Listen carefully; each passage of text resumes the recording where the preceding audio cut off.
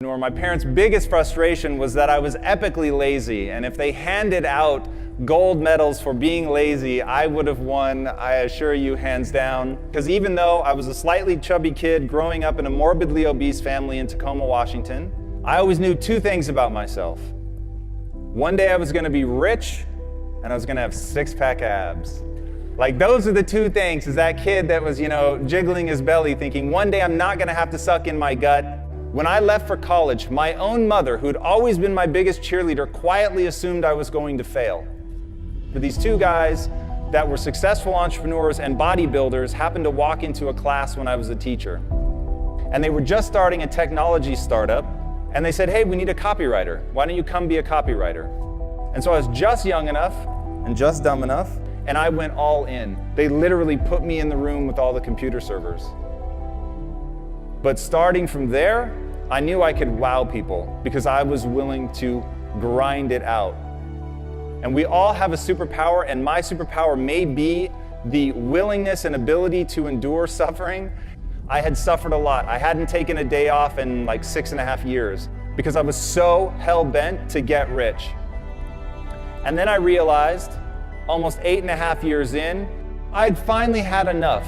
I had hit my breaking point from suffering, and I got so mad, and I was so unwilling to do it anymore. And I turned to my partners and I say, I'm completely miserable, I quit. I realized the reason I was living the cliche of money can't buy happiness. Along the way, had become so myopically focused on this promise I had made to myself as a kid that I never stopped to ask, why do I want to get rich? The questions you ask yourself will determine the course of your life. I had been asking myself, what do I need to do to get rich? And it left me really unhappy. So I changed the question, and I started asking, what would I do and love every day, even if I were failing? Life is too short. This is your one go-round. So what are we going to do? We're going to build a company that's predicated on value. We're going to build a company that's predicated on passion. I started thinking about my mom and my sister, but they were profoundly overweight. I started thinking about my uncle who ate himself to death when I was 12 years old, and how much that scared me, and it made me sad.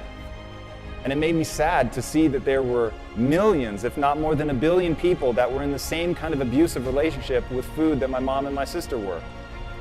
So I said, I don't know if it's a big business, but I know it's a big problem. And that's the problem that we're going to solve.